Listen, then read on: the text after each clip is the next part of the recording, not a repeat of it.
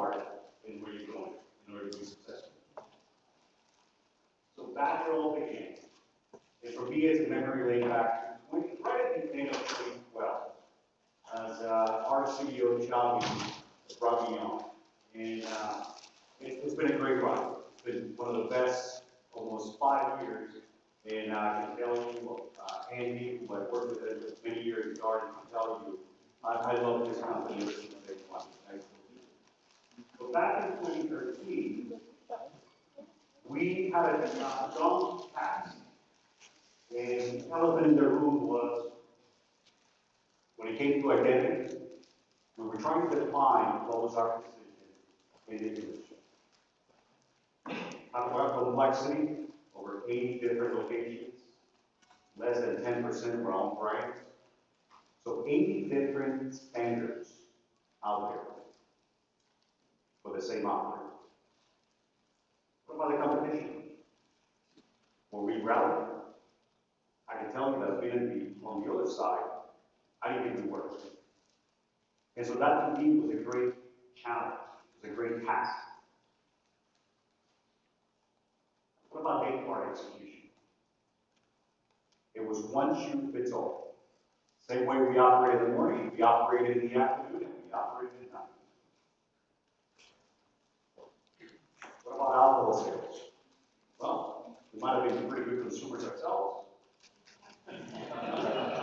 So I speak for Stephanie back then was a director with us, so kidding. But we were right at 13, 15%, under 20% investment. When I look back now, and thanks to Danny and our concepts and standards department, we put it out the whole program. And as an airport division, we're over 30% and sometimes 35%. And our latest baby that was delivered last week, Riley, opened at 73% in alcohol sales. Wow. So congratulations, Pastor.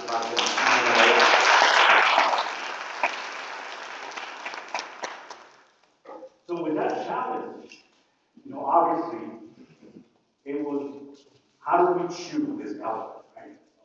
So the solution was to swallow the elephant piece by piece. Make a difference where it makes a difference. It was Stephanie, Ramon, myself, and a group of operators, and we said, okay, we need to understand, to have an identity as an operations team. And we need to have a framework. So this is where our airport strategic pillars came from. We needed to create a culture, and with a culture, create the right environment for the operators and for the guests. So it became best for my guests, creating and sustaining a sales culture, and the last one, bringing in the basics. Along with that, we adopted operations disciplines, 4 disciplines in 3 buckets. Number 1 and foremost, shape the culture of our 3 strategic pillars. Make that the foundation. Then, vital few, which until this day, every year, we take on a few vitals that we decide that are going to help us achieve the success of our division in terms of guests, earnings, sales, and success from being rooted in the basics. Our guest groups.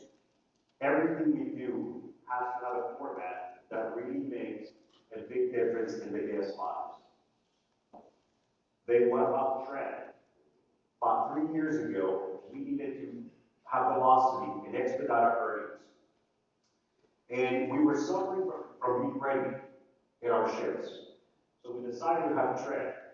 And it's a system that we came together and we developed to make sure that we will be ready for every shift.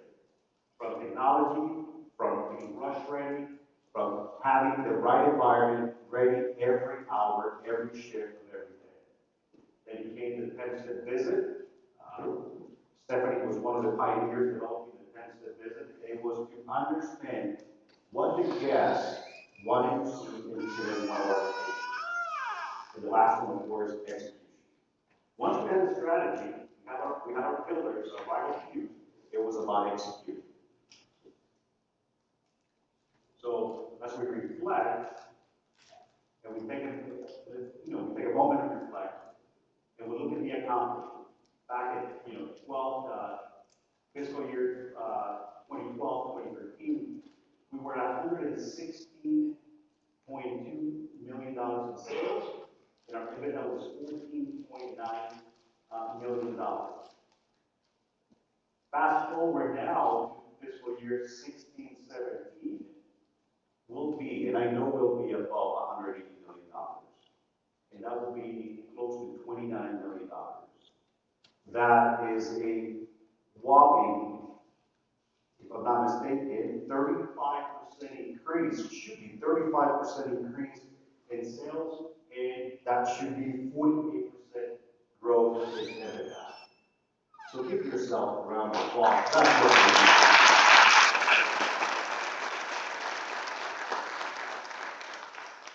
do. It was funny, just, right at about 2 o'clock, I came into the room because I had not seen the room, and I didn't even know how big the audience was going to be. And I found Charlie here, and he just looking at every chair, and he says, "Wow." I said, "Well," I was here for one of the first one that was upstairs, and it was quite small. I think we were just sitting like a classroom setup, and it was very simple. And I said, you fast forward now, 4 years later, and just look at the organization. Just look at the strength of the company. And I said, if you want to talk about being a competitor in the market, I said, we're a threat in the market now. We're not playing around. Kirk is leading the business development team, and it's because of the work, the hard work, and the dedication of each of you that it makes areas so relevant now and so competitive. We are now one of a kind. We are admired, and I can tell you, many aircraft authorities, and I'm sure highways, are talking about us, and that's thanks to you. What about a revolutionary brand building approach? I say to our team, I don't care what product we sell. There's always have to be a guest involved in the transaction. So that means that our culture is going to revolve around the guest experience. Everything in our lives is around a guest. We better be serving the guest, if not the competition will. So from the very core, and like what Ignacio and Carlos said, from the heart, when you think about Johnny the Bagger, it's got to be from our heart, from the core, it's got to be the best dish for our guests. We have to have the best food. We have to have the best food. When it comes to service, it's got to be one of a kind. I tell our team every Wednesday, our mission is to make sure that our experiences inspire our guests to return. Every time I go to LAX and sitting at Fort Stewart Station, it's just amazing when you see, I've never seen a group of guests that are repeat week after week, or month after month, especially at the bar. And I don't know how many times I'll be sitting among the guests, and there's always someone that's ready, you're shaking your head, yes. There's always a guest that gets up and says, I just want to say what a wonderful experience. I just love coming to this place. And say, well, we'll get you someone you can talk to every time, of course. I'm proud of the team, I'm excited. But it goes back again, kind of this spirit of hospitality and making sure we have ambience, that we think and we act like the best in the industry. Last year, Sergio talked about focus, and it has been one that has been unique as we fast forward 3 to 4 years from when we started working together. Focusing on everything that really matters in operations, focusing on sales, focusing on profits, but more than anything, changing behaviors that we're going to change the outcomes of our numbers. Share. Yes, Carlos talked about everything we have, knowledge-wise, has to be shared. One of the things that I encourage our teams is to not only share the feedback with our constant standard team, but work together cohesively. We not going to get there tomorrow unless we speak up and we say what's not working, but it's working out, and we can improve. And I can guarantee you, we have a team now dedicated. We have a department now that it's actually with Miguel and Andre doing analysis, doing weekly calls to understand how we improve them over time. And Daniel and the team really pumping those product mixes to make sure that we understand how to best execute every day. So that's part of the share. When it comes to business review, know your numbers. Those general managers and directors here, they understand every Wednesday when they call, I'm going to call you out if you don't know your numbers. And if you want to see my skin crawl, that's when I know that you give me the wrong figures. That's part of business review. That's part of being the best. You want to be the best, you act like the best. And you know what? That is what's helping us become the best in the industry. So what about the future? You'll hear throughout this conference about operational excellence. I'm not going to give it all away. But I can tell you it aligns with our strategic pillars. Best for my guests. And when it comes to NPS, there is no one in the industry right now that can touch us when it comes to customer service. Every airport, every meeting that I go to, the minute I said, you want to see what our score is for our airport, you want to see how many detractors we have, they just said, oh, because we take this seriously. Creating and sustaining a sales culture. You have KPIs now. We can predict what our guest is going to buy maybe next week.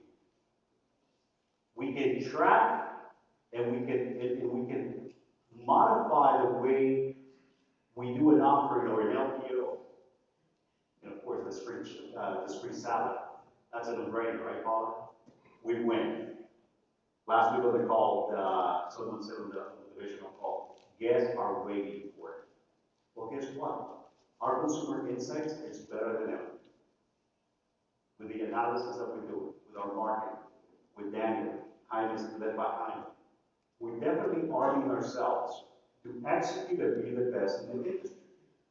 Sergio doesn't want to be second best. I don't want to be second best. I played sports my whole life, and I don't like being second. Nobody remembers second. We're going to be number one. Bring it in the basics. Run perfect shifts, 1 hour at a time. And again, you'll hear and you'll see the tactics that we have as a team when it comes to operations excellence. And for the next couple of days, you'll have different breakouts that you'll definitely need to learn the tools and how you'll get back and cascade that to our teams back home. Last key point that I want to cover. It's about leadership and attitude. Each and every one of you operators are here, not by coincidence, but because you excel in your positions at leading people and in making sure that you inspire your troops to hit our targets. I'll play a little video, the only video that I have. Hey, Rocky. And I'm out here with Paula Tester, wide receiver for the Patriots. You guys had one heck of a game tonight. How'd it go? I mean, it was going a little back and forth. You guys knew it was going to be a tough dogfight out there, and it was. So what were you guys able to do to come back and win this thing? Well, at first we started slow. We started real slow. And, that's all right. That's okay, because sometimes in life you're going to start slow. That's okay. We told ourselves, hey, we're going to start slow. We're going to keep going fast. We're going to start slow, but we're always going to finish fast. No matter what the score was, we're going to finish hard. We're going to finish fast. Yeah, they had us the first half. I'm not going to lie. They had us. We weren't defeated, but they had us. But it took guts. It took an attitude. That's all it takes. That's all it takes to be successful is an attitude. And that's what our coach told us. He said, hey, it's going to be tough. It's going to be hard. You're going to go out there. You're going to battle. You're going to fight. You're going to do it for one. You're going to do it for one another. Do it for each other. You're going to do it for yourself. You're going to do it for us. And you're going to go out with this win. And we believe that. We truly do. And it's an awesome feeling. It's an awesome feeling when you truly believe that you're going to be successful. Regardless of the situation, regardless of the scoreboard, you're going to be successful because you put in all the time, all the effort, all the hard work, and you know that's going to pay off. And if it doesn't pay off, you continue to give God the glory. If you still lose the game, you continue to get each other's back. And that's what we realized. Regardless, win or lose, we realized that we were going to be all right. And it's going to be okay. We're going to keep smiling. It was awesome. It was awesome.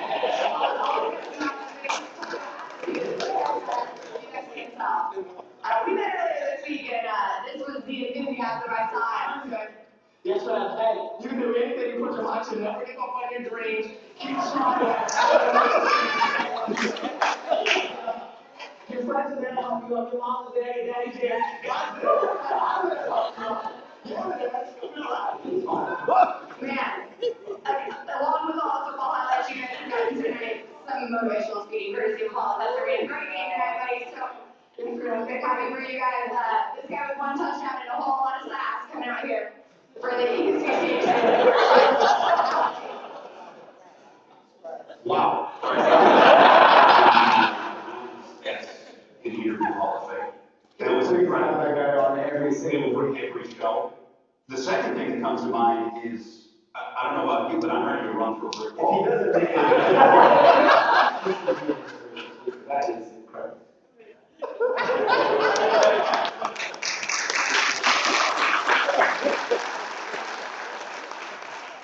So what you don't know is that Apollo plays, he played at ECU High School in the Republic of Texas. Okay, that's how we play in Texas.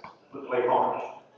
And they were down by a couple of touchdowns going into halftime. And it really looked impossible. I mean, both teams were undefeated. It just didn't look good. Went into halftime, obviously the coach spoke.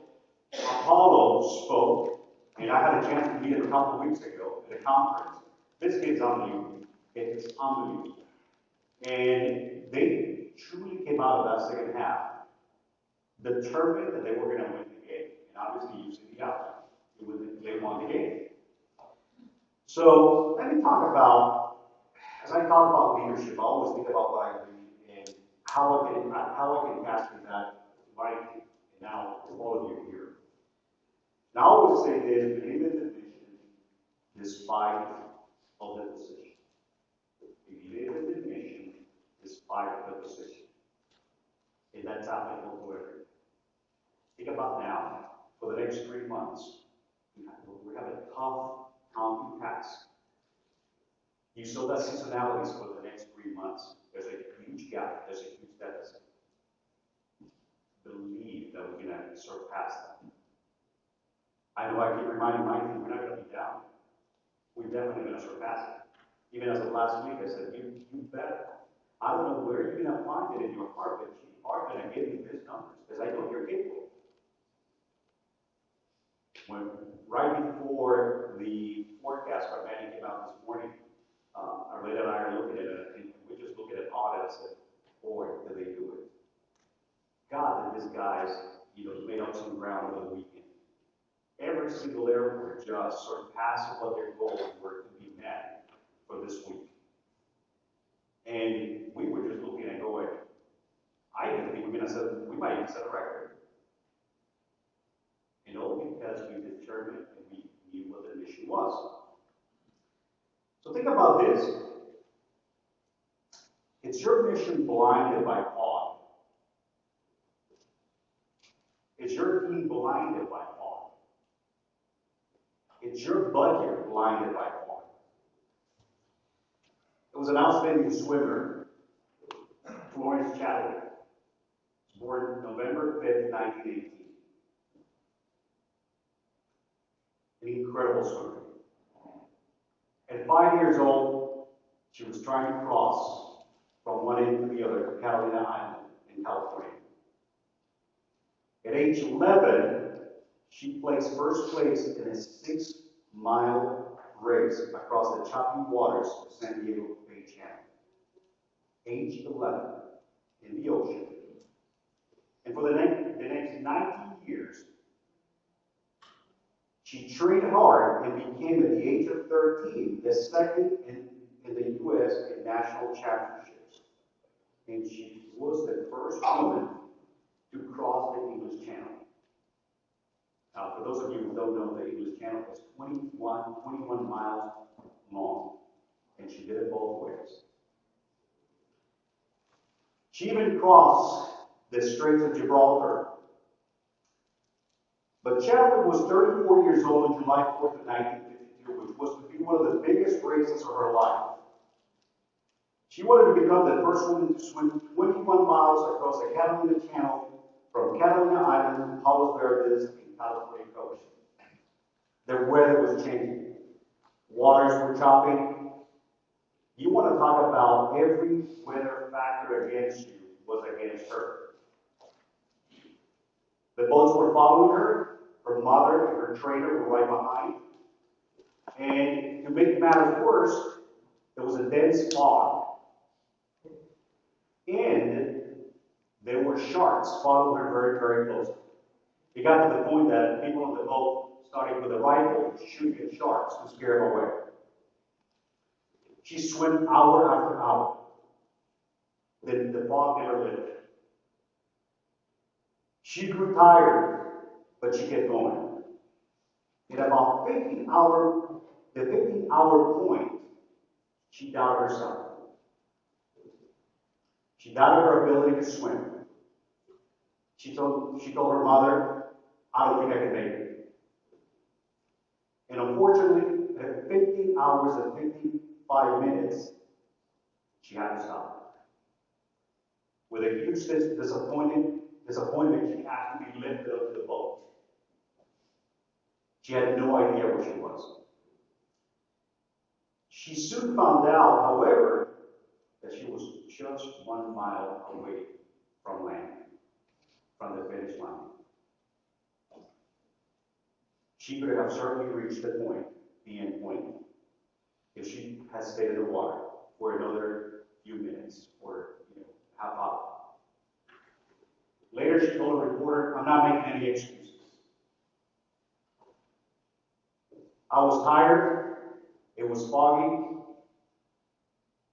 and though the fog was dense, I could never see the horizon. I could never see land. So I gave up. Second time she tried it, and she made it in 30 hours and 47 minutes. A 27-year-old record by within 2 hours of becoming the first woman ever to complete this swim. The reason why I tell this story is because it reminds me how close any of us can be to be successful. But without keeping an eye on the goal, it will never happen. Yes, the next 3 months may count. Believe in the mission. Keep your composure, your position. We are going to make it. It may look far, yet it will be accomplished. Back in 1994, I went to the University of Miami on a baseball scholarship. And back in 1994, I was playing spring training. And what should have been one of my breakout years, I broke my hand and both of my thumbs, and pretty much my career was over. Cry like a baby, of course. The best 3 shortstops came out of Miami. Alex Gonzalez, who went to Toronto. Alex Rodriguez, A-Rod, who went to Seattle, and myself, who went to Miami, but then I was soon to be drafted to the Montreal Expos. It was devastating.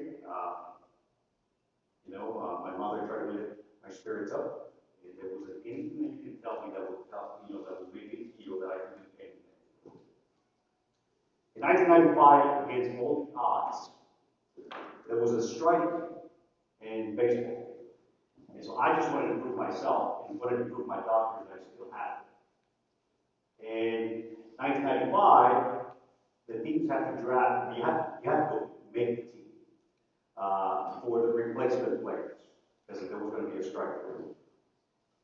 And you have lots of competition. The best players, best AAA prospects, and of course, what you want is just to get your name back on the jersey and just play baseball. For me, I just wanted to prove myself that I could still do it. I wanted to find inspiration and the fire within me that I still had. I made the team. I made the team against all the odds. Of course, April 2nd, 1995, at midnight, the strike was over. It was a great experience. And heck, nice $30,000 back then. Wayne Zega was very generous and gave the team a pretty nice check for making, what was to be a season without professional players. From my own experience, from chatting with swimming, I can tell you there isn't anything that you can do The only one stopping us is us. You all are here today at this rally for a great reason. You have been successful throughout your career. You are the most influential leaders in the organization. It's not Johnny, it's not Sergio, it's not Alberto, Miguel, Tom, Kurt, I, myself, Vanessa, the executive team, the team. The most influential person in the organization is the general manager, not director like an LA actor, because you influence the troops in the front line. And you heard from Carlos de Jesus, Juan Ignacio, and it's about leading by example.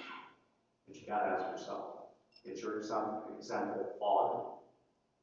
Are you putting a great example? Are you saying you're not gonna make budget? Or are you saying you're gonna find a way to make budget? Are you saying we're gonna be second best, or are you saying we're gonna be number one?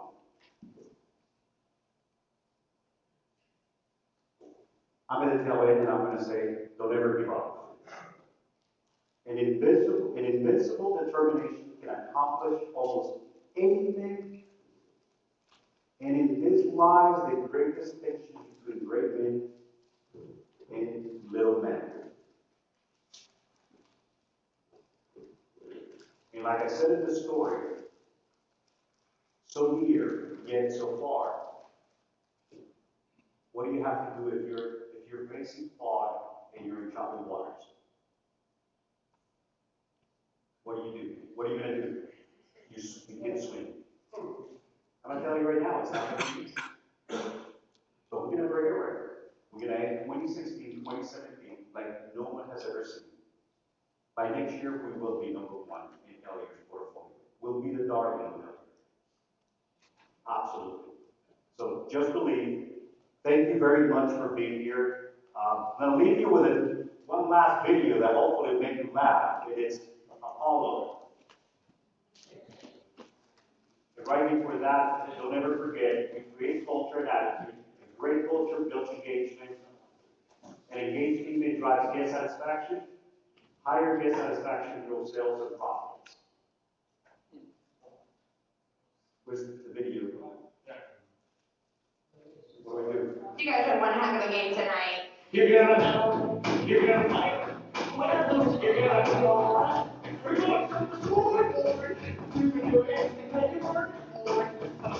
Go for us, go for one another, go for yourself, and go for each other. We're going from the scoreboard.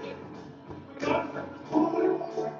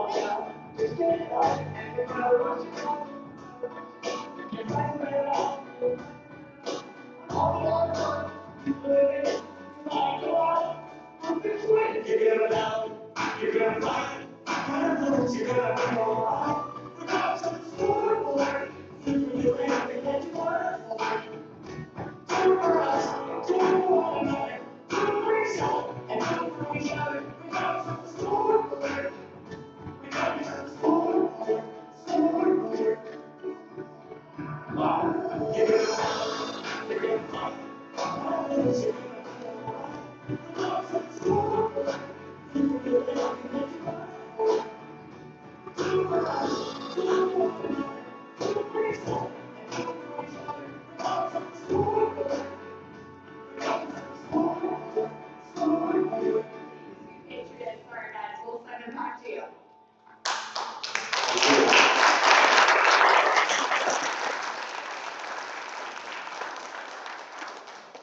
Thank you, Oscar.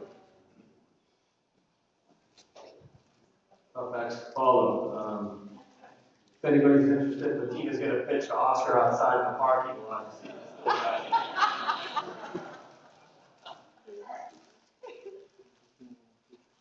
All right, well, we got a lot of feedback from last year explaining what we do exactly in business development. And I was encouraged to sort of share this again. A lot of people weren't here last year, and we changed it up just a little bit. I encourage you guys to be very interactive. Raise your hands, ask questions. This is supposed to be very informative, interactive, a little bit of fun. I'm Kirk, I'm not Carrie. Right? If Valentina Ellison and Christina Pulley could please just get up here just 1 second. Christina's been amazing in this development.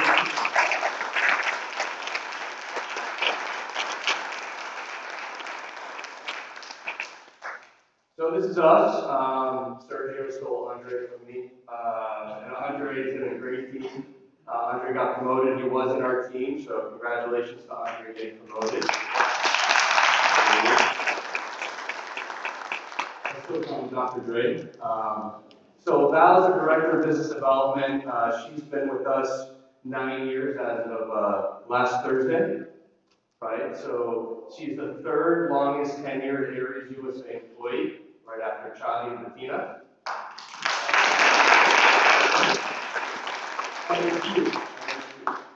Right. And Christina's been with us 4 years, and been with the business development team a little over a year, and this is just an amazing team, so just wanted to recognize them.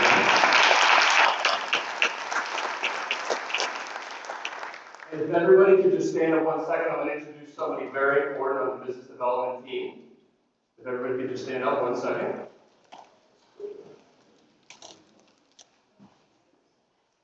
It's all of you. All of you are in the business development team.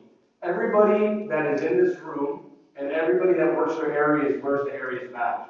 Like Oscar said earlier, it's the operations, it's the team, it's the boots on the ground that gets us the reputation that we have now today to be the most competitive prime concessionaire in the industry. So give yourself a round of applause.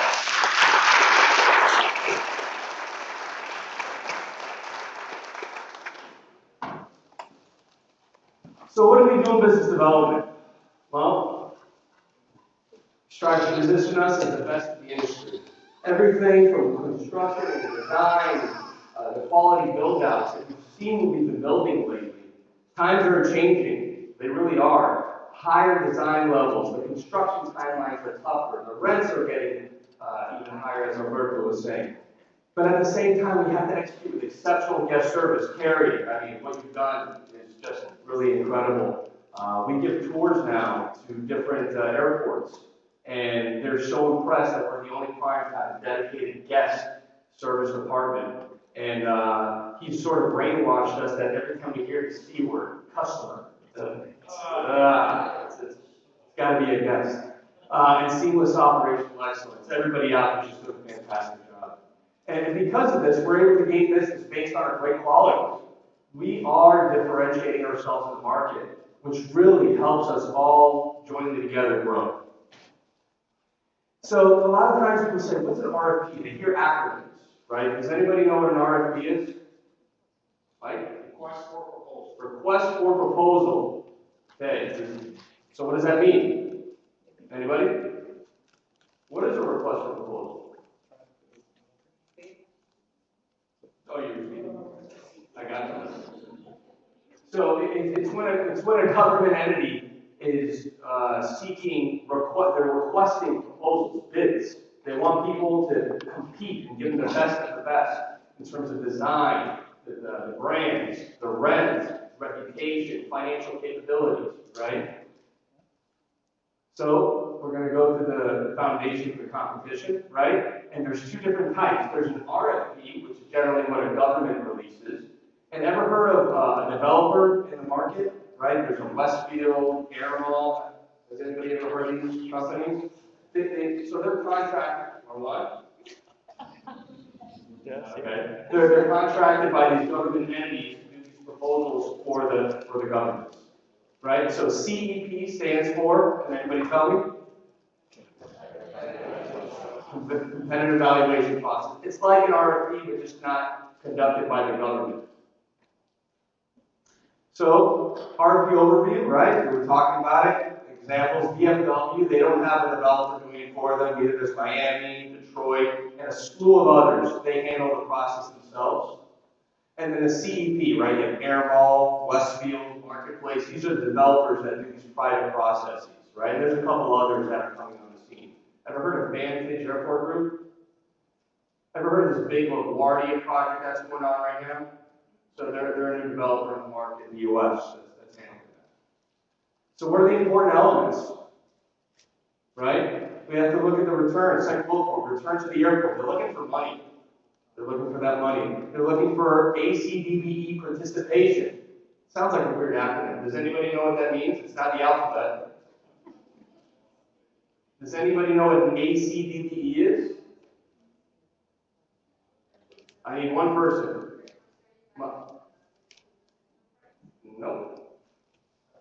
Mike? Joint venture, minority partner. So what it is it is a joint venture or sublease of a disadvantaged business enterprise, right? And DBE, right? But then they throw AC in front of it, Airport Concession Disadvantaged Business Enterprise, right? And that's what it stands for.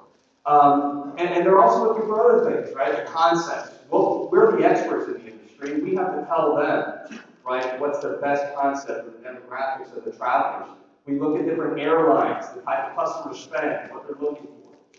Project feasibility, right? So these important elements are deciding factors during the award process of an RFP.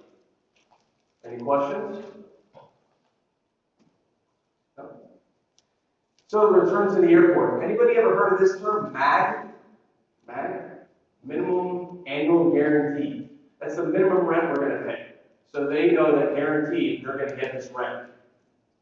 Right? And then the percentage rent, they also want to see what sort of percentage rent we're willing to pay if we exceed the MAG levels. Right? So we pay the airport the higher of the two. Okay, does that make sense? Right? This alphabet, right? Airport concession, disadvantaged business enterprise, right? So that means we really have to give away equity in our business to these minority companies. Now, this is not such a bad thing sometimes. A lot of times, these companies are very well positioned in the market to actually help us win. So the selection of the right partner is very, very important. Proposed concepts, all different types of concepts, right? There's casual dining, local, then there's different types of cuisine, ethnic, American, Mediterranean, right? And then, you know, there's QSR brands. There's so many different types of brands. And what used to be in the market, right, 30 years ago, used to just say pizza, right? And then they became branded. Then there was like, all of a sudden you saw Burger King and Sbarro's everywhere, right? When there was really one kind of big player in the industry. Now competition is greater than ever. Now we're fighting over the best brands. Nobody really wants to see a lot of these concepts of old anymore. They want to see the latest, most innovative, hottest concepts, and it's our job to convince those concepts that we're the best operator to go with us. So, bid proposal document. Well, these RFPs or CEPs, they always require a minimum term of experience, right? And we always have to prove to them that we are the best. That if they select us, we're going to be able to give the best guest experience at the same time increasing revenues, right? So we show them through graphs and a lot of data that we are able to take the concept from an existing concessionaire and double, triple, quadruple revenue sometimes. And that has happened. Right? We have to create this proposal, right? It's a carefully planned process, and we have to format it according to the RFP. They might say it can't be more than an inch on an 8 by 11.5 paper, or I mean, it can't weigh more than 3 pounds. I mean, there's all these specifications that we have to meet sometimes. And you know, we utilize outsourced resources and specialists. Valentina is a masteress of finding the best binders from the best companies,